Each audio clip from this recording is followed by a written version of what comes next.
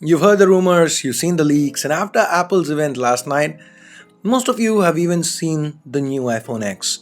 And I'm sure a fair few of you just can't wait to get your hands on these devices as soon as the pre order begins. But wait, before you go ahead and click that button, there are a few interesting details and a couple of tidbits that you must know. Hey guys, Ash here from C4E Tech, and today I present to you 10 things that you must know before you get your hands on the iPhone 10.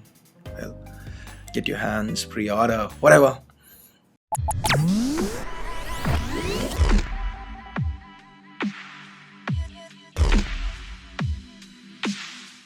Number 1, the name. Yes, I know iPhone X sounds cool and futuristic, but that is not what Apple is calling it. It's the Apple 10, or rather the iPhone 10, and the 10 here stands for the 10-year anniversary of the first iPhone's launch at the hands of the legendary Steve Jobs. A decade later, the iPhone 10, revealed at Steve Jobs Theater, seeks to redefine smartphones yet again. Number 2, the screen. Yes, the screen is an OLED panel, but that's not just it. The 5.8, yes, you heard it right, the 5.8-inch OLED panel is at a whopping 2436 by 1135 pixel resolution, which translates to roughly 458 pixels per inch. For years, Apple have held back on higher resolution displays, opting instead for their Retina displays, and this move to what the folks at Cupertino are calling the Super Retina display is much appreciated. Number 3, the home button. Yeah, that's gone. One of the downsides of having a phone that's all screen on the front is that there's no space for the familiar home button. Well, as sad as we are to bid adieu to an old friend, the new navigation system based on gestures is slick.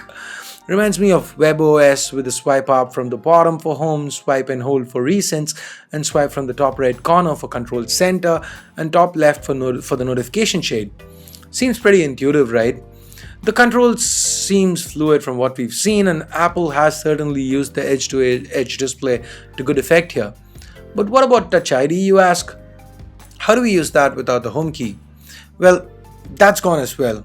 And I think Apple's move to ditch the home button is pretty sweet. Speaking of sweet, number 4, Face ID is here. Face ID looks to replace Touch ID, and the premise here is that your face is more secure than your fingerprint, especially when it comes to locking and unlocking your device. Now, we have seen Android have a rudimentary version of Face Unlock for years. Now, Samsung tried to improve it with their iris scanner, but Apple's implementation seems to be the best yet. Face ID works by projecting 30,000 infrared dots on your face courtesy the dot projector, which then makes a 3D model of your face that is then picked up and scanned by the infrared camera. Apple claims that this is more secure than Touch ID, but if the failed demo on stage was anything to go by, Face ID still has a long way to go before it becomes as usable as fingerprint readers. I will, however, hold back my judgment on how useful or not useful Face ID is till I get my hands on the iPhone 10, but I am very excited to see a neural network based facial recognition system implemented on a smartphone. Which reminds me of number 5, the new processor, the A11 Bionic. Apple has fitted the iPhone 10 with their latest hexa-core processor, the A11 Bionic. This is a 4+2 core chip, and Apple this year has taken it a step further by fitting it with a GPU that they have designed entirely from scratch. If you, like me, can't wait to see this speed tested against an Android phone, probably the OnePlus 5 or something, let me know in the comments below. Give this video a thumbs up. The Bionic part of this name hails from the neural network capabilities of this chip that can compute the data from Face ID without having to depend on cloud-based servers. Interestingly, Apple decided to implement the same chip in the iPhone 8 and the iPhone 8 Plus as well. I can't wait to see the performance and AR capabilities that this chip brings with it. Number 6, water and dust resistance. Speaking of shared tech, both the 8 and 8 Plus as well as the iPhone 10 share the same IP67 rating. That means you can take those fun videos at the pool party without being worried about the occasional splash or dip ruining your device. Number 7, this one's a big one, 4K 60fps video capture. You know the videos we were talking about, the ones that you shoot in a pool? Well, they're going to be smoother than ever as the iPhone 10 now supports 4K video at 60fps. To give you a little bit of perspective, about how big a news this is, a couple of years back, I picked up the cheapest camera that I could find that could shoot 4K 60 FPS. That's the camera I'm currently shooting on, the Sony FS7, which cost me like 7 lakhs.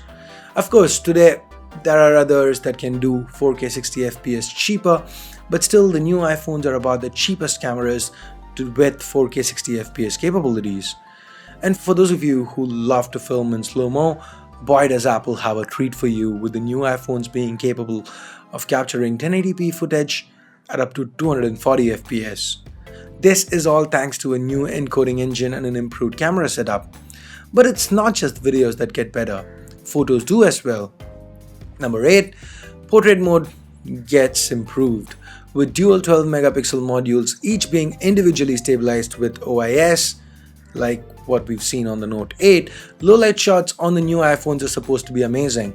Portrait mode gets a few fun new lighting modes, and the 7 megapixel selfie snapper also has the feature. Wireless charging is number 9. Seems like Android has had this feature for decades, and finally Apple joins in on the party as well. Ditching the metal bags for glass means that all 3 phones now have support for Qi wireless charging standard. Apple also has introduced a proprietary wireless charging standard called AirPower, which can charge the iPhone, the new cellular connectivity touting Apple Watch, and wireless earpods all at the same time. And now finally, the one you've been waiting for, pricing and availability. All those features sound sweet, but when can we get our hands on them? Well, the pre-orders for the iPhone X begins October 27th, but you won't have your phones in your hands till November.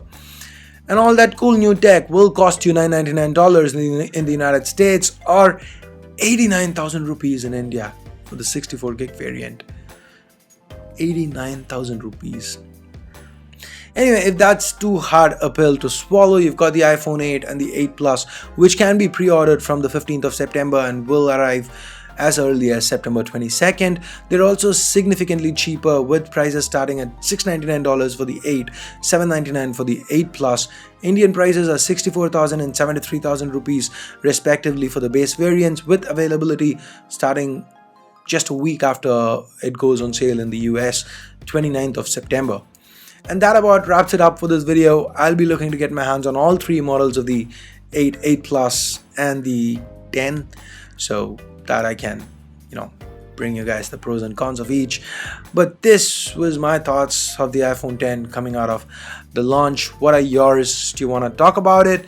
Maybe talk about the new Apple Watch, the iPhone 8 and the 8 Plus. Well, we can do all that. I will be live on YouTube by 8 p.m. today, as I've been the past few weeks. Hashtag live with Ash. So make sure you're there at 8 p.m. today evening. And do share this video on your social media and add your comments on what you think about Apple's innovation and direction with the iPhone X. Will you be sticking to Android, or is the temptation to bite the forbidden fruit too darn hard this time around? Let us know in the comments below as well. Drop a like if you liked the video, and if you hated it, well, tell us what we can do to make it better.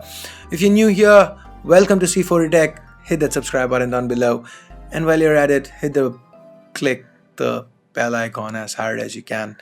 And we will be working as hard as always to bring you the latest tech news fresh out of the blocks. This here is Ash, munching on some apples. Who writes this stuff? You guys have a great day. Bye-bye now.